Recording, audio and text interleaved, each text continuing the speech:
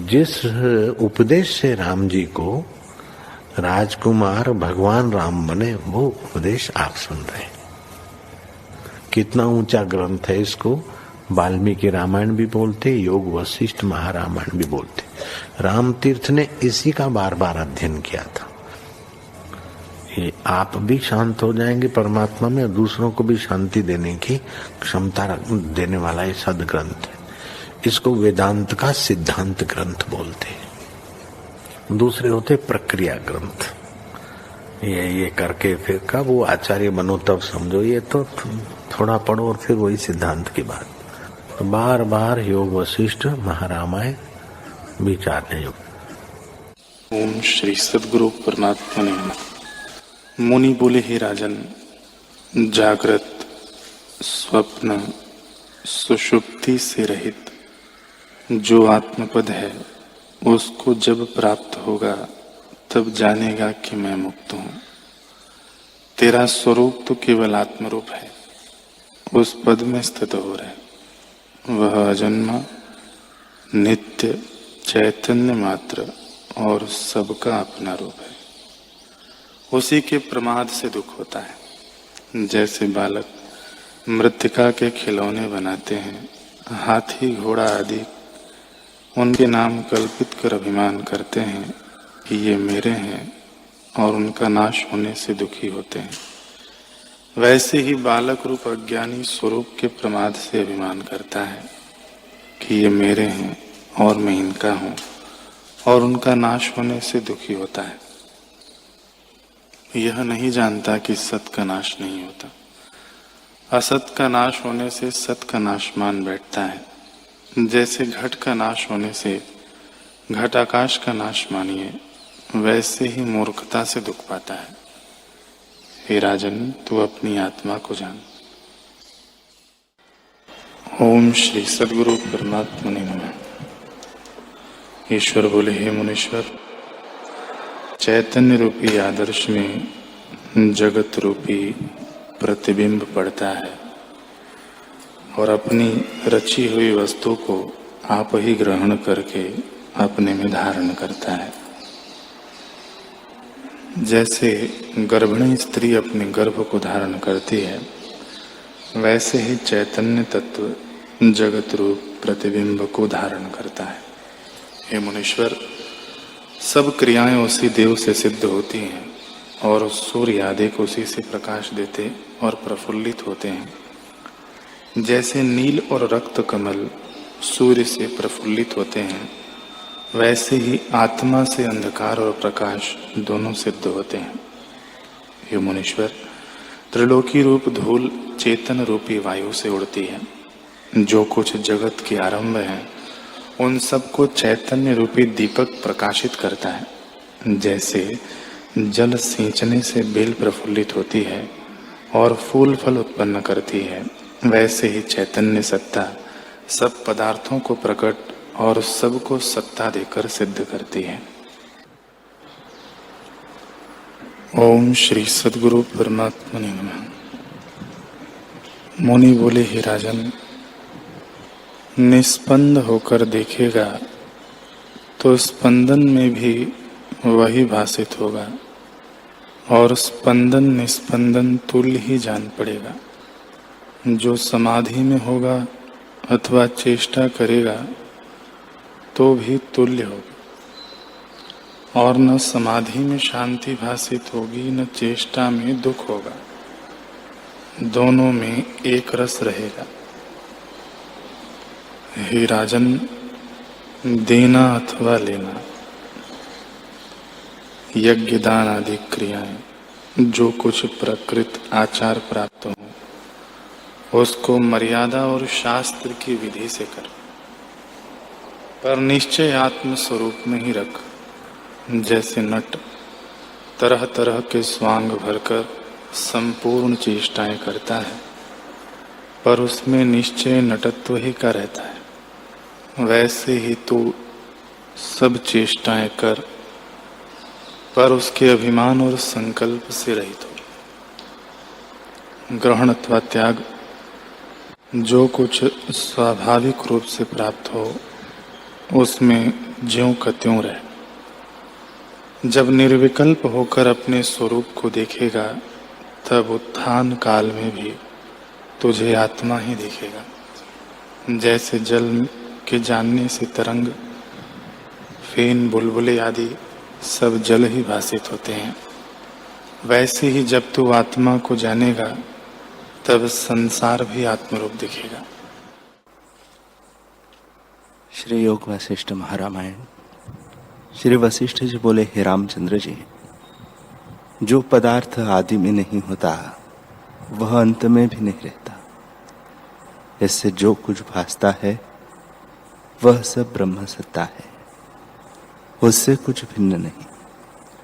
और जो भिन्न भासता है वह मनोमात्र है। हे रामचंद्र जी, जैसे मृतृष्णा की नदी भ्रांति से भासती है, वैसे ही अज्ञान से सुख दुख की कल्पना होती है। इससे तुम सुख दुख की कल्पना को त्याग के अपने स्वभाव सत्ता में स्थित हो। बड़ा आश्चर्य है कि ब्रह्म तत्व सत्य स्वरूप है, पर मनुष्य उसे भूल गया है और जो असत्य अविद्या है उसको बारंबार स्मरण करता है। ऐसे अविद्या को तुम मत प्राप्त हो। हे रामचंद्र जी, मन का मनन ही अविद्या है और अनर्थ का कारण है। इसी से जीव अनेक भ्रम देखता है। मन के फुरने से अमृत से पूर्ण चंद्रमा का बिंब भी नरक की अग्नि समान भासता है और बड़ी लहरों, तरंगों और कमलों से संयुक्त जल भी मरुस्थल की नदी समान भासता है। जैसे स्वप्न में मन के फुरने से नाना प्रकार के सुख और दुख का अनुभव होता है, वैसे यह सब जग ब्रह्म चित्त को वासना से भासता है। जागृत और स्वप्न में यह जीव मन के फुरने से विचित्र रचना देखता है। जैसे स्वर्ग में बैठे हुए को भी स्वप्न में नरकों का अनुभव होता है, वैसे ही आनंद रूप आत्मा के प्रमाद से दुख का अनुभव होता है। हे रामचंद्र जी, अज्ञानी को मन के फुरने से शून्य अणु में भी संपूर्ण जगत दिखता है। जैसे राजा लवण को सिंहासन पर बैठे चांडाल की अवस्था का अनुभव हुआ था। इससे संसार की वासना को तुम चित्त से त्याग दो। यह संसार वासना बंधन का कारण है। सब भावों में बरतो, परंतु राग किसी में न हो। जैसे स्फटिक मणि सब प्रतिबिंबों को लेता है, परंतु रंग किसी का नहीं लेता, तैसे ही तुम भी सब कार्य करो, परंतु द्वेष किसी में न रखो। ऐसा पुरुष निर्बंध है, उसको शास्त्र के उपदेश की आवश्यकता नहीं। वह तो निज रूप है। हे रामचंद्र जी, जो कुछ प्रकृत आचार तुमको प्राप्त हो तो देना, लेना, बोलना, चालना आदि सब कार्य करो, परंतु भीतर से अभिमान कुछ न करो। निरअभिमान होकर कार्य करो। यह ज्ञान सबसे श्रेष्ठ है। इतना कहकर वाल्मीकि जी बोले कि इस प्रकार जब महात्मा वशिष्ठ जी ने कहा, तब कमल नयन राम जी ने वशिष्ठ जी की ओर देखा और उनका अंतःकरण रात्रि के मुंदे हुए कमल की नाई प्रफुल्लित हो आया। तब राम जी बोले कि बड़ा आश्चर्य है। पदम की तांत के साथ पर्वत बांधा है। अविद्यमान अविद्या ने संपूर्ण जगत वश किया है और अविद्यमान जगत को वज्रसारवत दृढ़ किया है। यह सब जगत असत्य रूप है और सत्य के नहीं स्थित किया है। हे भगवान, इस संसार की नटिनी माया में क्या रूप है। पुण्यवान लवण राजा ऐसी बड़ी आपदा में कैसे प्राप्त हुआ, और इंद्रजाली जिसने भ्रम दिखाया था वह कौन था कि उसको अपना अर्थ कुछ न था। वह कहा गया और इस देही और देह का कैसे संबंध हुआ और शुभ अशुभ कर्मों के फल कैसे भोगता है, इतने प्रश्नों का उत्तर मेरे बोध के निमित्त दीजिए। श्री वशिष्ठ जी बोले, हे रामचंद्र जी, यह देह काष्ठ और मिट्टी के समान है। जैसे स्वप्न में चित्त के फूरने से देह भासता है, वैसे यह देह भी चित्त से कल्पित है और चित्त ही चैतन्य संबंध से जीव पद को प्राप्त हुआ है। यह जीव चित्त सत्ता से शोभायमान है। उस चित्त के फुरने से संसार उपजा है। वह वानर के बालक के समान चंचल है और अपने फूरने रूप कर्मों से नाना प्रकार के शरीर धारता है। उसी चित्त के नाम अहंकार, मन और जीव है। वह चित्त ही अज्ञान से सुख दुख भोगता है, शरीर नहीं भोगता। जो प्रबोध चित्त है वह शांत रूप है। जब तक मन अप्रबोध है और अविद्या रूपी निद्रा में सोया है, तब तक स्वप्न रूप अनेक सृष्टि देखता है और जब अविद्या निद्रा से जागता है तब नहीं देखता।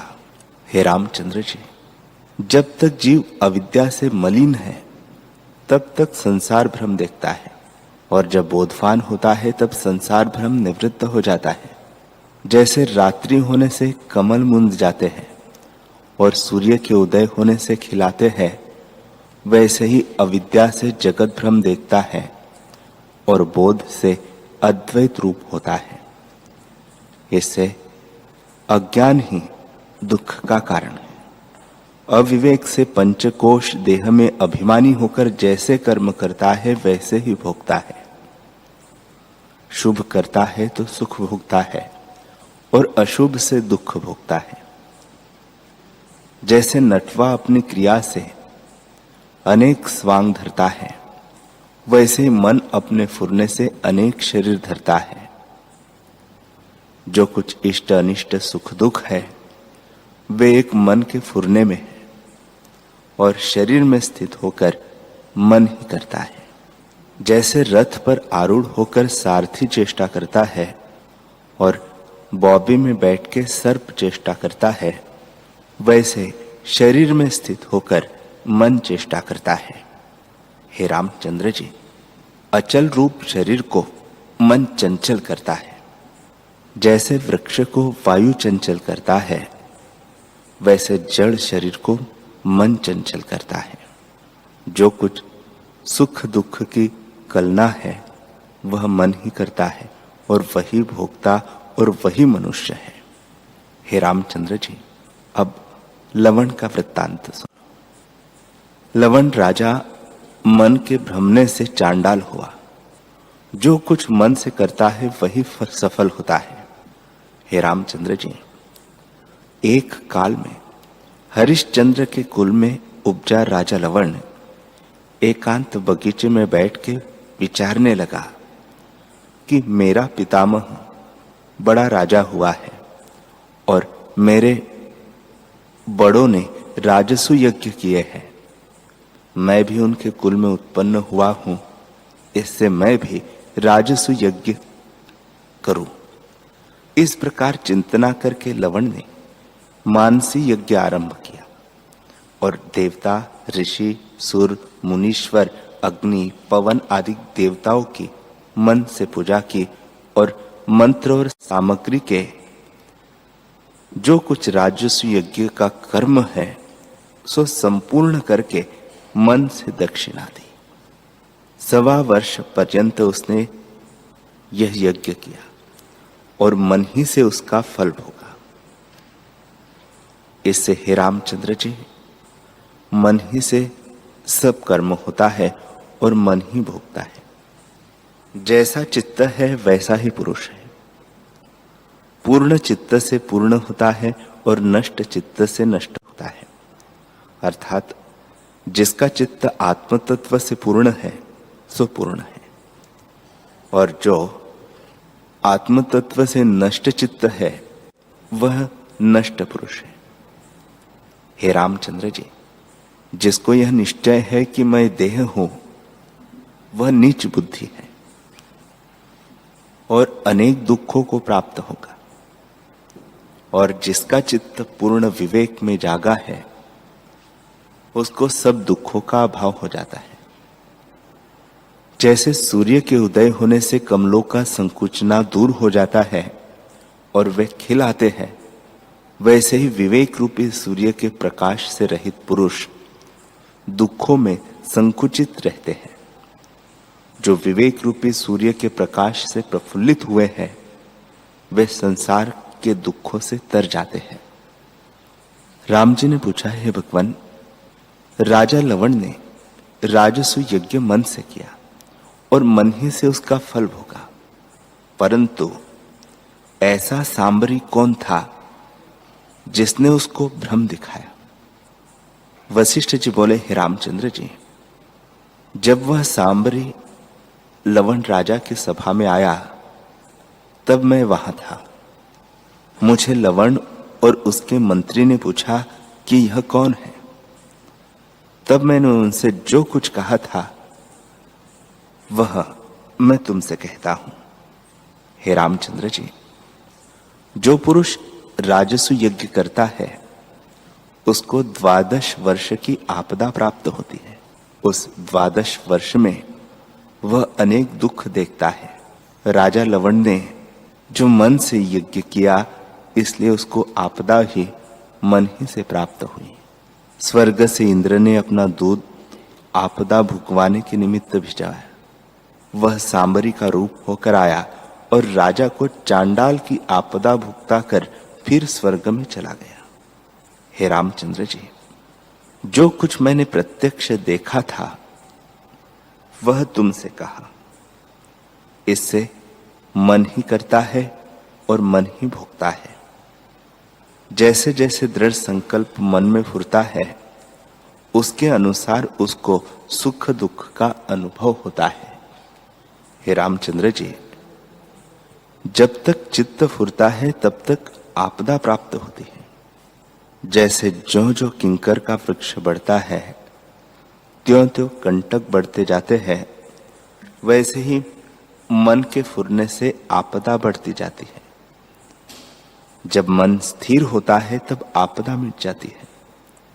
इससे हे रामचंद्र जी, इस चित्त रूपी बर्फ को विवेक रूपी तपन से पिघलाओ, तब परम सार की प्राप्ति होगी। यह चित्त ही सकल जगत आडंबर का कारण है, उसको तुम अविद्या जानो। जैसे वृक्ष, विटप और तरु एक ही वस्तु के नाम है, वैसे ही अविद्या, जीव, बुद्धि, अहंकार सब फुरने के नाम है। इसे विवेक से लीन करो। हे रामचंद्र जी, जैसा संकल्प दृढ़ होता है वैसा ही देखता है। हे राघव, वह कौन पदार्थ है जो यत्न करने से सिद्ध न हो? जो हठ से न फिरे तो सब सिद्ध होता है। जैसे बर्फ के बासनों को जल में डालिए तो जल से एकता ही हो जाती है, तैसे ही आत्मबोध से सब पदार्थों की एकता हो जाती है। राम जी ने फिर पूछा, हे भगवान, आपने कहा कि सुख दुख सब मन ही में स्थिर है और मन की वृत्ति नष्ट होने से नष्ट हो जाते हैं, सो चपल वृत्ति कैसे क्षय हो? श्री वशिष्ठ जी बोले, हे रघुकुल में श्रेष्ठ और आकाश के चंद्रमा, मैं तुमसे मन के उपशम की युक्ति कहता हूं। जैसे सवार के वश घोड़ा होता है तैसे ही मन तुम्हारे वश रहेगा। हे रामचंद्र जी, सब भूत ब्रह्म ही से उपजे हैं। उनकी उत्पत्ति 3 प्रकार की है, एक सात्विकी, दूसरी राजसी और तीसरी तामसी।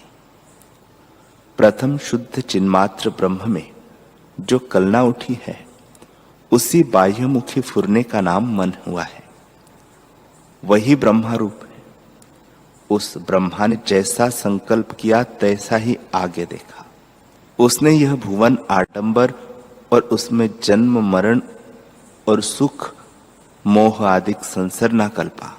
इसी प्रकार अनेक आरंभ संयुक्त, जैसे बर्फ का कणका समुद्र से उपजकर सूर्य के तेज से लीन हो जावे, तैसे ही आरंभ से निर्वाण हो गया। संकल्प के वश से फिर उपजा और फिर लीन हो गया। इसी प्रकार कई अनंत कोटि ब्रह्मांड ब्रह्मा से उपज कर लीन हो गए हैं, और कितने होंगे और कितने वर्तमान में हैं। अब जैसे मुक्त होते हैं सो सुनो। हे रामचंद्र जी, शुद्ध ब्रह्म तत्व से प्रथम मन सत्ता उपजी। उसने जब आकाश को चेता तब आकाश हुआ, उसके उपरांत पवन हुआ, फिर अग्नि और जल हुआ, उसकी दृढ़ता से पृथ्वी हुई। तब चित्त शक्ति दृढ़ संकल्प से 5 भूतों को प्राप्त हुई, और अंतःकरण जो सूक्ष्म प्रकृति है सो पृथ्वी, तेज और वायु से मिलकर धान्य में प्राप्त हुआ। उसको जब पुरुष भोजन करते हैं तब वह परिणाम होकर वीर्य और रुधिर रूप होके गर्भ में निवास करता है, जिससे मनुष्य उपजता है। पुरुष जन्म मात्र से वेद पढ़ने लगता है, फिर गुरु के निकट जाता है और क्रम से उसकी बुद्धि विवेक द्वारा चमत्कारवान हो जाती है। तब उसको ग्रहण और त्याग और शुभ अशुभ में विचार उपजता है, और निर्मल अंतःकरण सहित स्थित होता है, और क्रम से सप्त भूमिका चंद्रमा की नाई उसके चित्त में प्रकाशती है। श्री राम जी बोले, हे सर्व शास्त्रों के वेत्ता, हे भगवान, ज्ञान की वे सप्त भूमिका कैसे निवास करने वाली है, संक्षेप में मुझसे कहिए।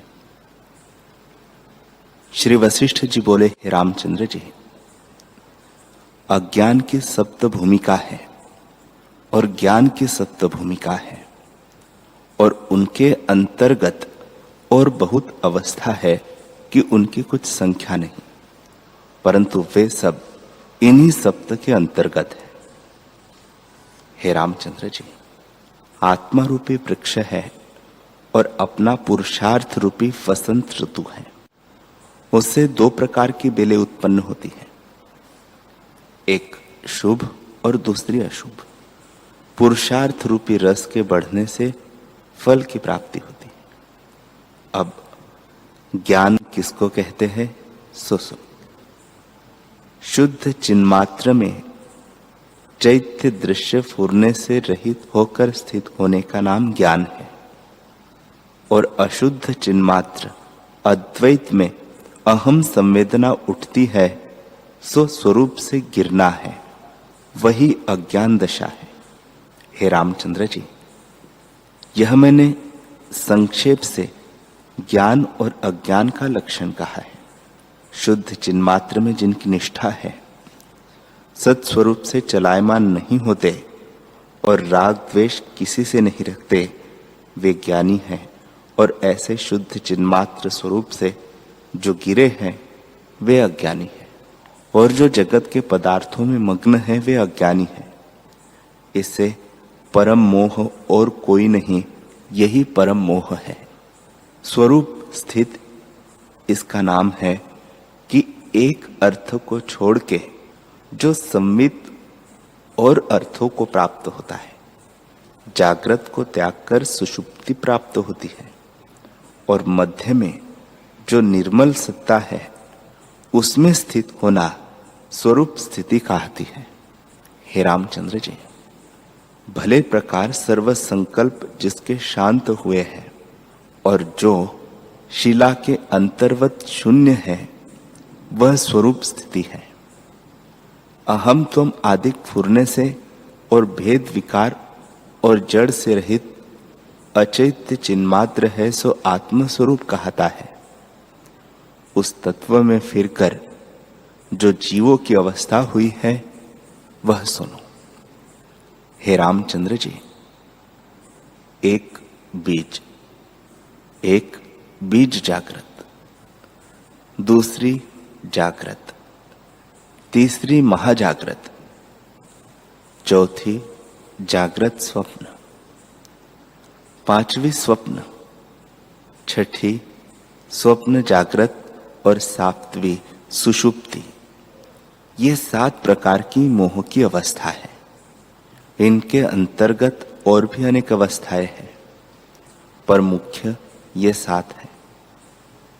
अब इनके लक्षण सुनो। हे रामचंद्र जी, आदि जो शुद्ध चिन्मात्र अशब्दपद तत्व से चेतनता का अहम है, उसका भविष्यतः नाम जीव है।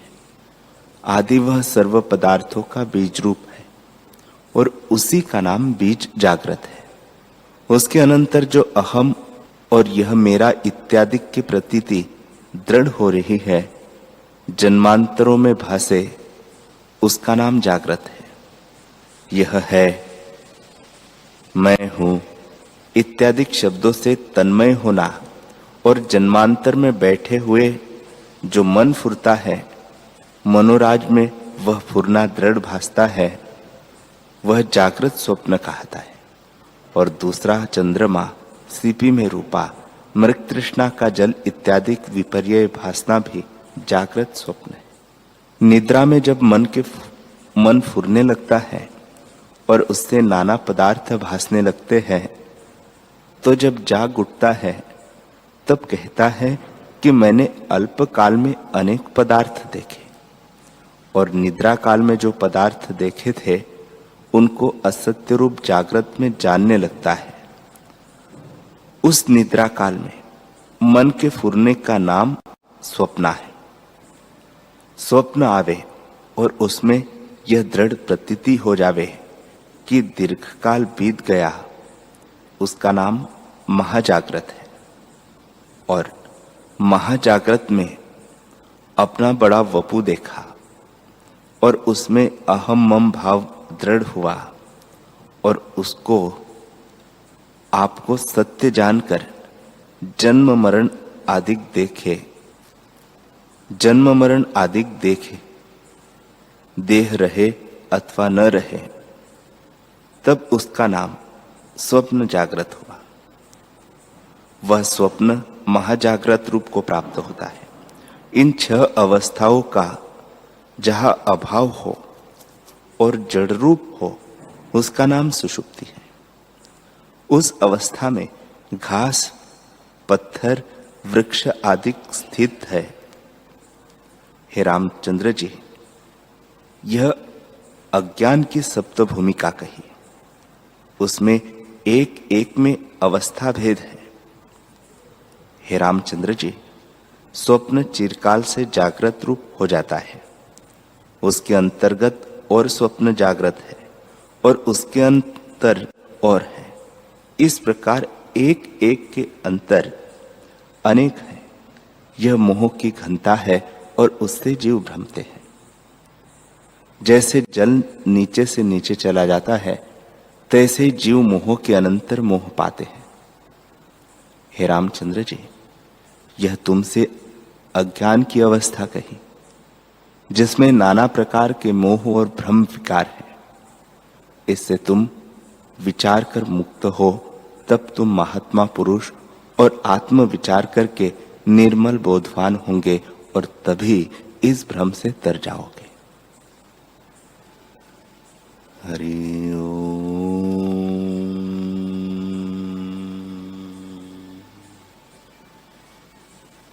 हरि ओम।